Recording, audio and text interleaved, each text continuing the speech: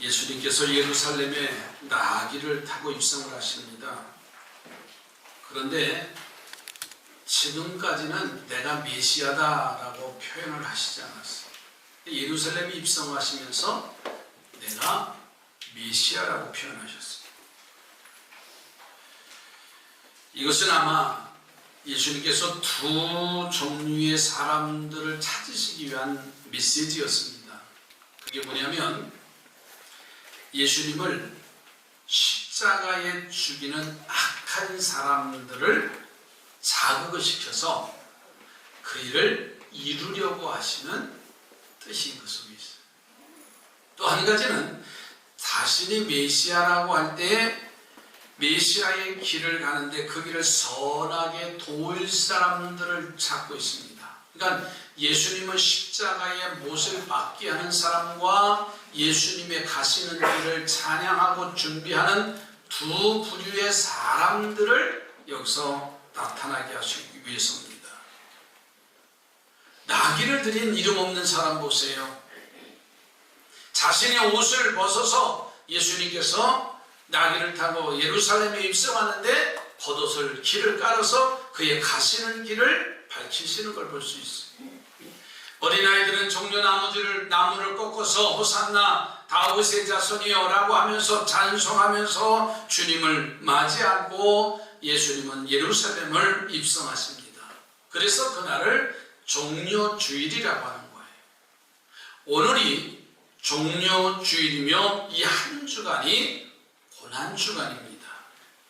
예수님께서는 종려주일을 맞이해서 자신의 사명을 공개하시지요. 내가 메시아다.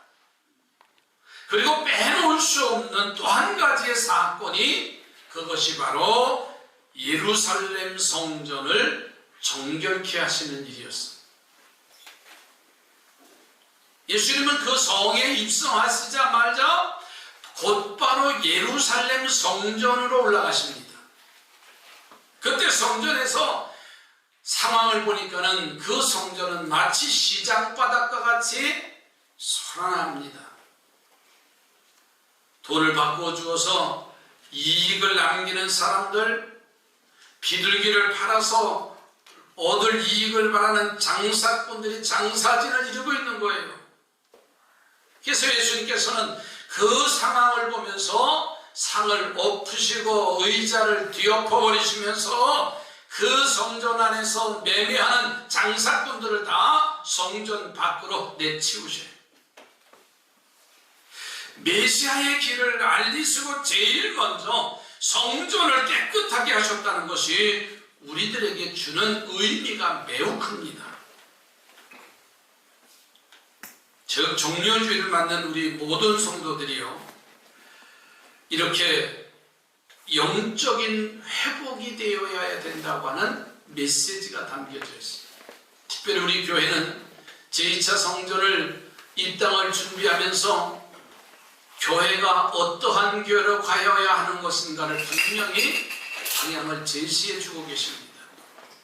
우리에게 지난 1년 동안의 코로나 사건으로 인해서 우리의 영적 삶이 어디로 가야 할, 어느 방향으로 가야 할 것을 분명히 방향 제시를 해주실 사건이라고 했어요. 오늘 종려주일을 맞이해서 우리 삼산교회도 주님의 뜻에 맞는 교회로 이루어가야 될 줄로 믿습니다. 그래서 저는 오늘 말씀의 제목을 예수님의 뜻에 맞는 교회, 따라서 합시다. 예수님의 뜻에 맞는 교회. 어느 교회? 삼산교회. 이제 예수님의 뜻에 맞는 교회. 네, 그렇게 되어야 될 줄로 믿습니다. 우리 교회가, 삼산교회가 가야 할 방향이 뭐냐? 첫째로 기도하는 집으로 만들어야 됩니다. 여러분, 예수님은 성전의 장사치들을 내어 쫓으시면서 말씀하셨어요. 오늘 본문의 13절 말씀으로 보시죠. 그들에게 이르시되 기록된 바 내 집은 기도하는 집이라 일컬음을 받으리라 하였거늘 너희는 강도의 소굴을 만드는도다 하시니라. 아멘. 내 집은 뭐 하는지? 기도하는 집이라 세움을 받는데 너희들은 강도의 소굴을 만들었도다 라고 책망을 하셔. 이 말씀은 성전은 기도하는 집이라는 거예요. 당시에 예루살렘의 성전은 너무나 잘못 되어져 갔습니다. 하나님 앞에 제사하는 것이 아니라 제사를 드리는데 형식적이고요, 의무적인 제사가 이루어지고 생명이 없는 제사가 되어졌어요. 제사에 쓰이는 제물은요, 구별이 되어서, 그래서 하나님 앞에 준비돼서 안식일이 되어지면 이스라엘 백성들이 예루살렘 성전에 와서 제물을 드리는 일들이에요. 그러니까 제사의 주인이신 하나님은 사라지고요, 인간의 편리함이 중심이 되어져가는 과정이에요. 왜 그러냐면 성별된 온전한 제물을 주님 앞에 드려줘야 되는데 어느 순간 내게 편리함이 들어와요. 준비하기도 바쁘고 준비하기도 귀찮은데 예루살렘에 가서 가보니까 성전어기에 짐승을 파는, 제물을 파는 사람이 있는 거예요. 그러니까 한 주간 동안 분주하게 다니다가 아무런 준비도 없이 성전어교에 가서 짐승을 사서, 제물을 사서 제사장에게 넘겨줍니다. 자, 그런데 문제는 장사하는 사람이에요. 제물을 파는 사람이에요. 장사를 하는 사람은 이익을 남겨야 되나요? 손해보아야 되나요? 이익을 남겨야지. 손해보고 장사할 사람은 없습니다. 아니, 그냥 내가 주일날 많은 사람들에게 봉사해야지 하고 그 재물을 사다가 대신 주어지는 사람이 어디 있어요? 그러다 보니까 인간의 편리주의가 오는 거예요. 그리고 장사하는 사람은 이익을 남겨야 되니까는 저 시장 거리 딴 데 가서 싼 값에 흠이 있는 것, 말라기서에 가보면요, 눈 먼 곳, 절름발이, 흠이 있는 제물을 드림으로 예배가 무너져 버렸어요.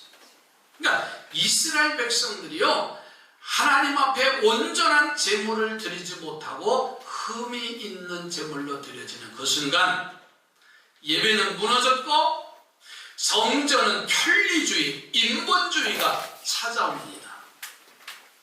또 헌금을 드리는데 이스라엘 백성들은 이스라엘의 화폐로 드려집니다. 근데 시대적인 상황을 보면 로마의 지배를 받고 있기 때문에 세상에서 통용된, 시장에서 통용되어지는 건 로마 화폐입니다. 그러니까 살다 보면 내 호주머니에 늘 로마의 화폐가 중심이 되어졌어요. 그런데 주일 되고 이제 안식일이 되면 성전에 와서 이제 예배를 이제 드리고 헌금을 해야 되는데 로마의 화폐로 드릴 수가 없고 예루살렘 이스라엘 화폐로 환전을 해서 드려야 돼요. 그러니까 미리 준비되지가 않았어요. 그런데 약삭 빠른 사람이 돈을 바꿔주는 환전을 하는 거예요. 집사님 준비 안 됐지? 이리 와, 이리 와. 여기 있잖아. 한국 돈 있어. 그래서 그걸 환전을 해주는 거예요. 아니, 그렇게 서비스가 좋으면 좋게요. 그냥 주겠어요? 아닙니다. 이익을 남기는 거예요. 지금은 택시를 타면 다 대부분 신용카드로 이제 결제를 하잖아요. 돈의 지갑에 또 없는 거예요. 돈에 지갑이 없는 게 아니라 지갑에 돈이 없고 신용카드가 대부분 가지고 다녀요. 근데 예전에는 택시 타고 부평역을 가면 이 택시 기사들이 잔돈을 줘야 되니까 동전을 이제 바꿔주는 환전하는 아줌마들이, 할머니들이 부평역에 쭉 택시 서 있는 데 많았어요. 또 중간에 또 있고 그래요. 하루는 택시를 타고 가는데 옛날 그 시장역인가 그 좀 지나가다가 잠깐 쓰더라고요. 그랬더니 아줌마 부르니까는 아줌마가 와서 앞치마를 딱 하고 와서 모자 쓰고 와가지고 이 동전 이렇게 은행에서 나온 동전 묶은 거 있잖아요. 그거를 주고 현금을 지폐를 바꾸더라고요. 나는 그래서 1,000원을 바꾸면 1,000원 다 주는 줄 알았더니 하나 끼더라고요. 그래서 이익이 남겨지는 거예요. 그러다 보니까는 교회 안에 온전한 예배가 되어야 되는데 이 교회는 인본주의, 편리주의가 들어왔고, 교회 안에는 서로 친교하는 교회 공동체가 구원받은 자들의 공동체가 되어야 되는데 상업주의가 들어왔어요. 자, 그러니 내 집은 기도하는 집으로 만들어 선포했음에도 불구하고 저들은 강도의 구려를 받아서 시장판이 되어버렸어요. 예수님께서는 예루살렘 성에 들어오셔서 제일 먼저 성전을 정하고 만드셨어요. 여러분, 성전이 기도하는 곳이라고 하는 예수님의 말씀은 교회가 어떠한 방향으로 나가야 되는가를 분명히 제시해 주셨어요. 우리 교회가 제2차 성전을 이제 입당을 준비하고 이제 마지막 준비하고 있지만은 교회는 기도하는 집으로 세워지기를 바랍니다. 여러분 보세요. 요나가 하나님의 명령을 듣고 저 니느웨 성에 가서 40일이 지나면 심판을 받을 것이니 가서 전하라고 한 거예요. 근데 아수르 이 니느웨 성은 늘 이스라엘과 적대국이고 저들은 멸망당해도 시원찮은 민족이기 때문에 요나가 마음속에 거부를 하지요. 그래서 그곳에 가지 아니하고 다시스로 가는 배를 탑니다. 하나님의 불순종이지요. 여러분, 불순종의 길은 환난의 길입니다. 내 생각엔 저 민족이 멸망해야 되고 나는 흥해야 되는데 하나님은 니느웨 백성들을 구원시키려고 하는 계획을 가지고 계셨잖아요. 풍랑을 만나지요. 그리고 물고기 뱃속에 바다에 던져짐을 당하고 물고기 뱃속에서 죽을 고생을 하면서 그제서야 하나님 앞에 기도해. 하나님, 잘못했습니다. 용서해 주세요. 회개의 기도를 하니까는 육지에 요나를 토해놓는 사건이었어요. 그리고 요나가 니느웨 성에 가서 선포를 합니다. 여러분, 물고기 뱃속에서도 기도하고 놀라운 역사가 나타났는데 하나님의 성전에서 기도하는 것도 역시 놀라운 역사를 이루어 가시는 것은 당연한 것 아닌가요?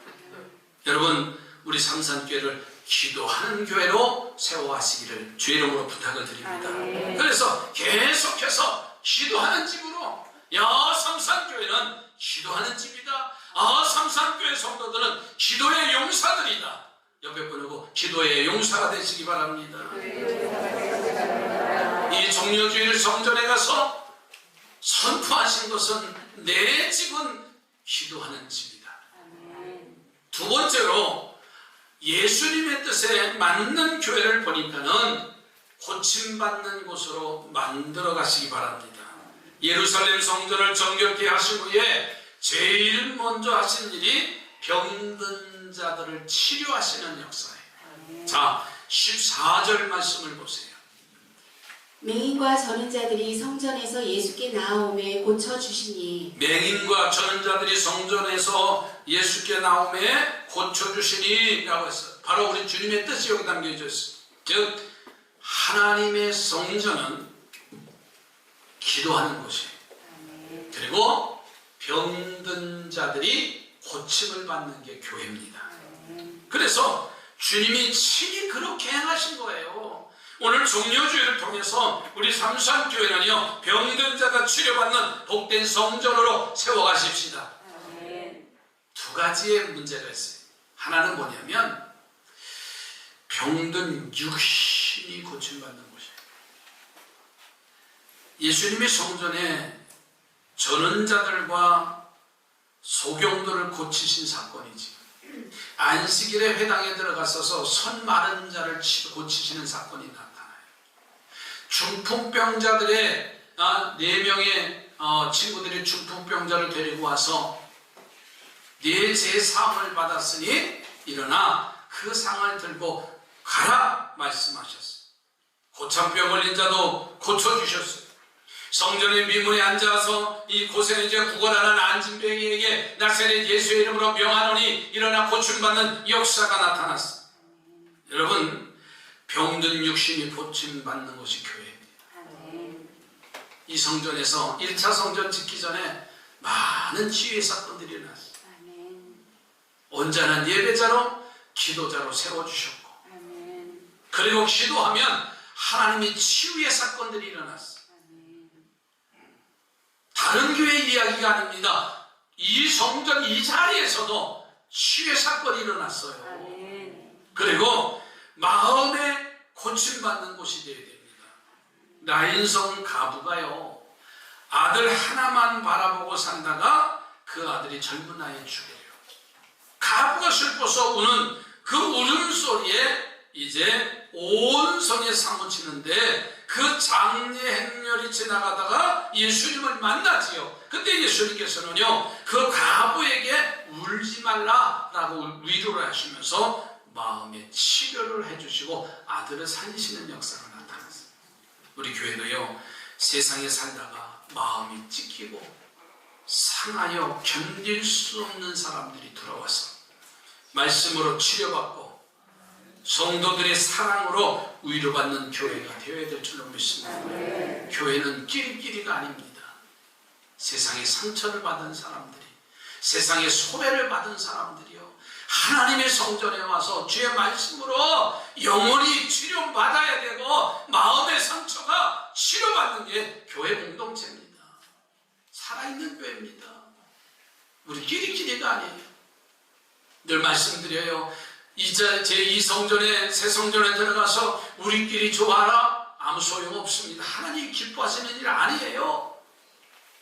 정말 희망을 나눠주는, 예수 그리스도의 복음을 나눠주는 교회로 인하여 육신의 병이 치료되고 영혼의 병이 치료되고 마음의 병이 치료되고 희망을 주는 교회로 세워져 가는 겁니다.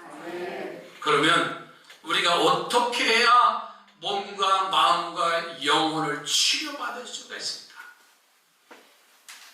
우리는 우리의 길을 바로 행해서 걸어가야 됩니다.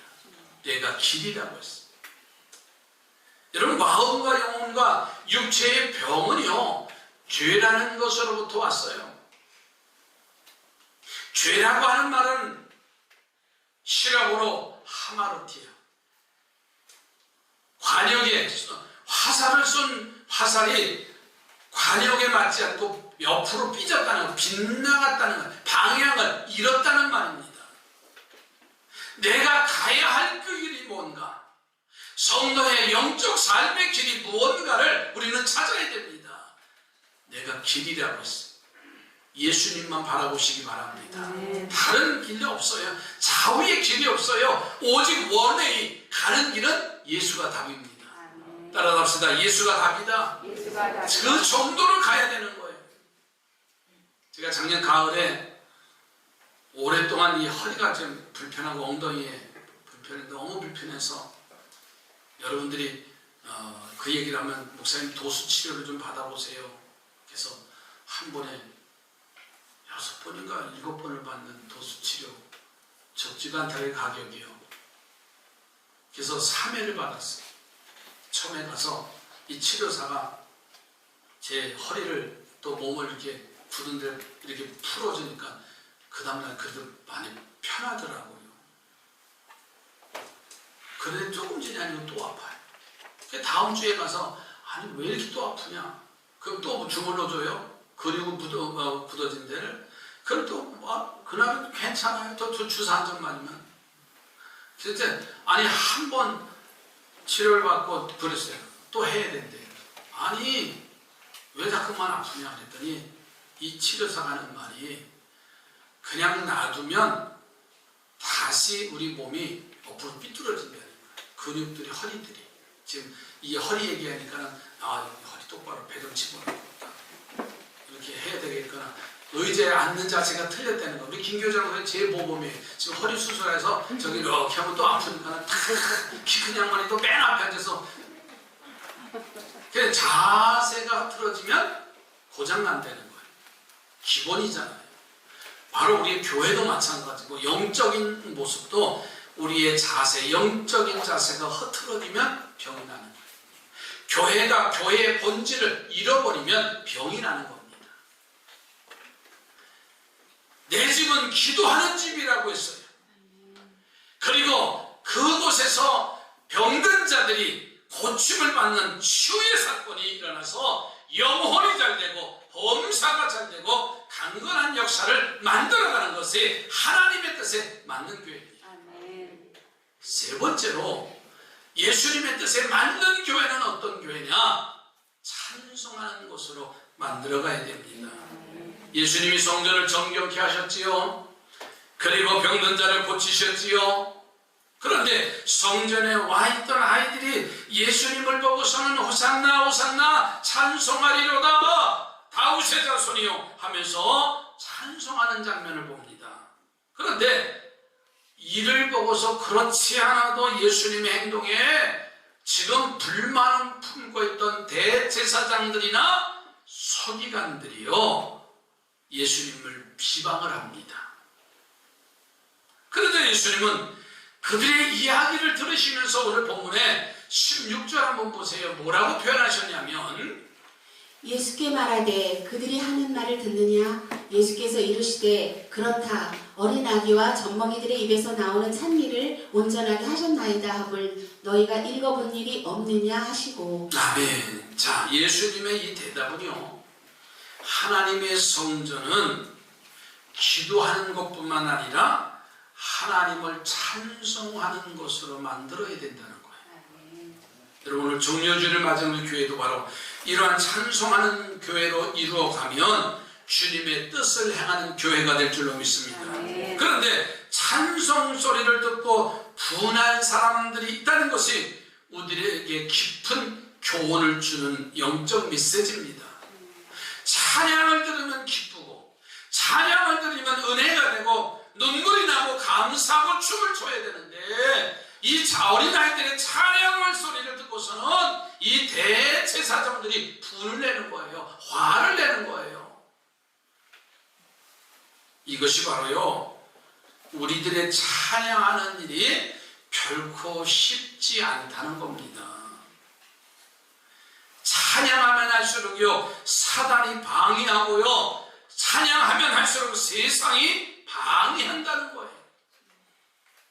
제가 지난주에 그런 말씀드렸어요. 정치적인 얘기는 아닙니다. 부활주일이 되어지니까는 또다시 방역에 대한 그런 고개를 들고 뉴스거리가 나왔어요. 이제 500명대로 발표했어요. 그래서 제가 아주 예언의 통찰력이 있는지 모르겠어요. 내일은 더 많아질 겁니다. 이번 주말까지는 더 많아질 거예요. 왜 그런 줄 아세요? 몇 주간 동안 교회 감염이 없다고 하더니 어제 뉴스가 또 터지기 시작했어요. 아주 금요일만 되면 토요일만 되면 이미 이제는 또 그렇게 교회가 감염될 수 있어요. 그렇죠? 세상에 다니다 보면 내가 모르게 그런 감염도 되는 상황도 있어요. 누구를 정죄할 필요는 없습니다. 우리가 조심스럽게 성스럽게 잘 관리해야 할 책임이 우리에게 있어요. 그러나 마치 교회가 온 세상에 감염의 발상지로 인식되어져 버렸어요.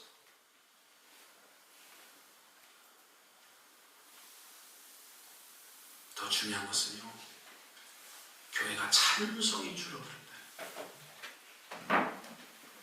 마스크 쓰고 찬송 한 장만 해도 숨이 막히는데 얼마나 힘든지 몰라요. 아이들이 찬송하고요, 어렸을 때부터 찬송하는 것이 기억에 남아 있어야 되는데 지금 아이들조차도요 찬송하는 것 기억조차도 잃어버렸어요. 저는 어렸을 때 학교 들어가기 전에 제 삼촌이 지금 돌아가셨습니다만 저를 목마를 태워서 예배당에 가시면서 찬송가를 가르쳐 주신 그 찬송이 아직도 남아있어요. 아이들의 동무는 누구냐 누구냐 했을 때 그렇게 많이 불러요.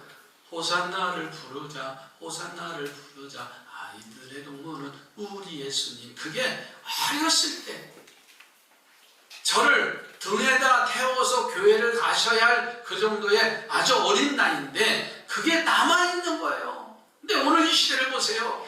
우리 자녀들이요 찬송이 내 마음속에 기억되어져 있는 일이 얼마나 돼요. 그만큼 세상은요 우리를 찬양하지 못하도록 만들어가고 있다는 거예요. 찬송이 회복되기를 주의 이름으로 축복합니다. 가정에서도 교회에서도 이제는 찬송이 회복되어야 돼요.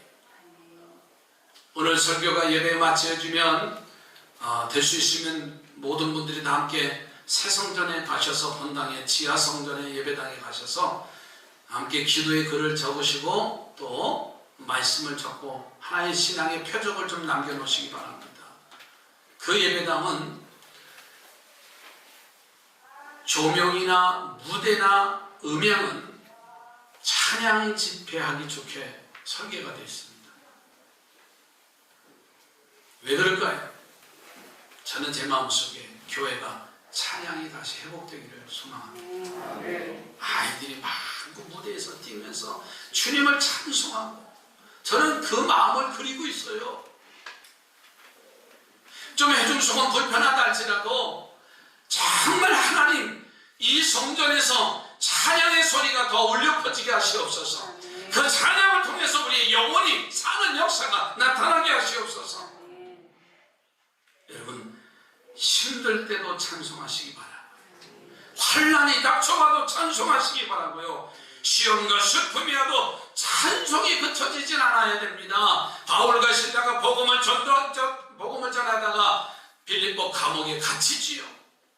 그래도 그들은 여전히 기도하며 여전히 찬송할 때 그의 수갑이 풀려지고 옥문이 열려지고 간수가 구원을 받는 그의 가정이 구원받는 역사들이 나타났어요. 이번 종려주의를 통해서 이제 말씀을 마칩니다. 예수님이 찾으시는 예수님의 마음에 맞는 뜻에 맞는 교회는 기도하는 교회입니다.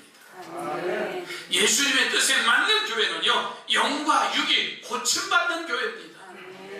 예수님의 뜻에 맞는 교회는 찬송하는 교회입니다. 할렐루야. 기도합니다. 하나님